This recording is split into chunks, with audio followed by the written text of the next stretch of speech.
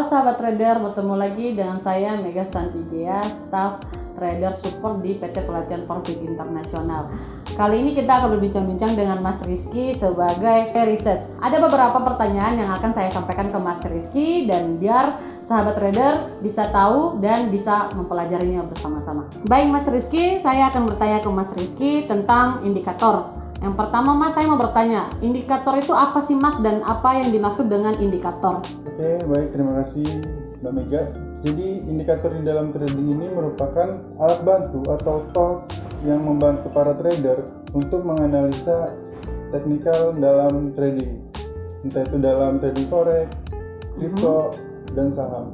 Jadi intinya indikator ini sebagai alat bantu para trader dalam menganalisa secara teknikal. Oke, dan seterusnya Pak Rizky, saya mau bertanya apa sajakah jenis-jenis indikator yang biasa digunakan oleh para trader dalam trading dan apa saja indikator yang dominan digunakan dan bagus untuk trading? Pertanyaan yang bagus. Jadi indikator ini terbagi dalam dua indikator, di mana indikator yang pertama itu adalah following trend, Ya.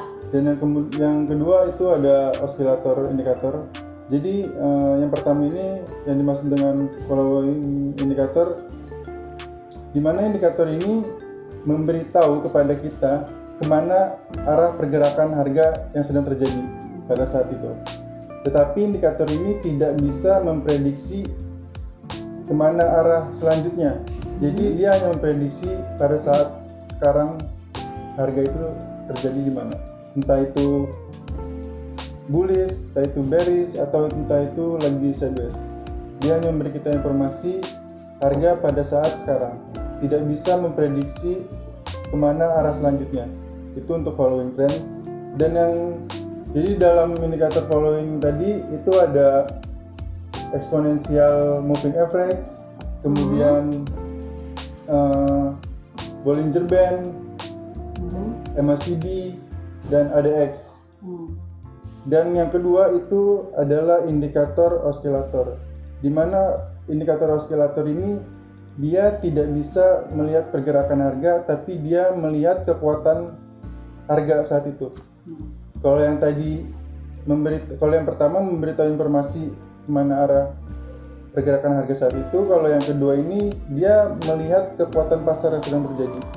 Nah, untuk indikator oscillator ini salah satu yang paling sering digunakan oleh para trader itu biasanya stokastik oscillator, RSI, Williams, dan SSI.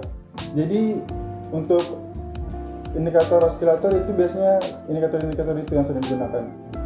Kalau pertanyaan Mbak Mega tadi, indikator apa sih yang paling bagus digunakan oleh para trader?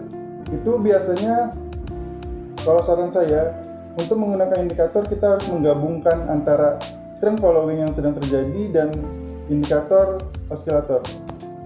Kalau misalnya yang paling penting itu para trader harus benar-benar paham yang dimaksud indikator itu. Misalnya misalnya para trader ingin menggunakan indikator RSI di dalam indikator oscillator.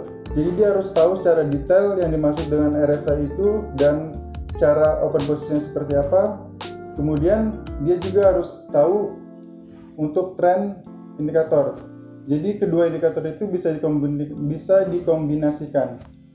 Yang paling penting para trader harus benar-benar memahami dulu dari masing-masing indikator itu. Baik itu secara pengertian, secara fungsi, secara strategi yang digunakan dalam open posisi itu, seperti itu.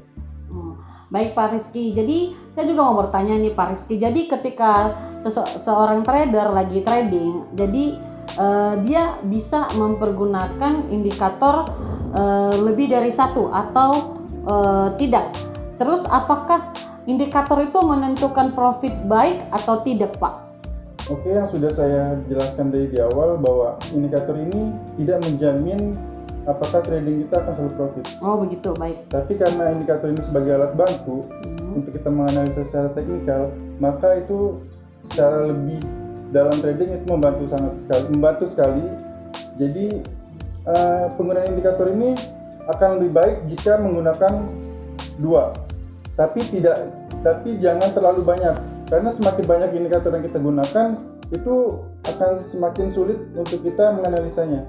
Jadi yang sudah saya jelaskan tadi, menurut saya itu lebih baik kita menggabungkan antara indikator tren dan indikator osilator. Kita menggunakan salah satunya saja. Kalau misalnya indikator tren kita menggunakan Bollinger Band, dan kita bisa gabungkan dengan indikator osilator itu seperti stokastik. Jadi ada penggabungan antara kedua indikator tersebut. Oh begitu ya Pak. Oke, baik sahabat trader, demikianlah penjelasan dari Mas Rizky tentang indikator dalam trading. Baik sahabat trader, dimanapun Anda berada, semoga profit selalu dan salam profit.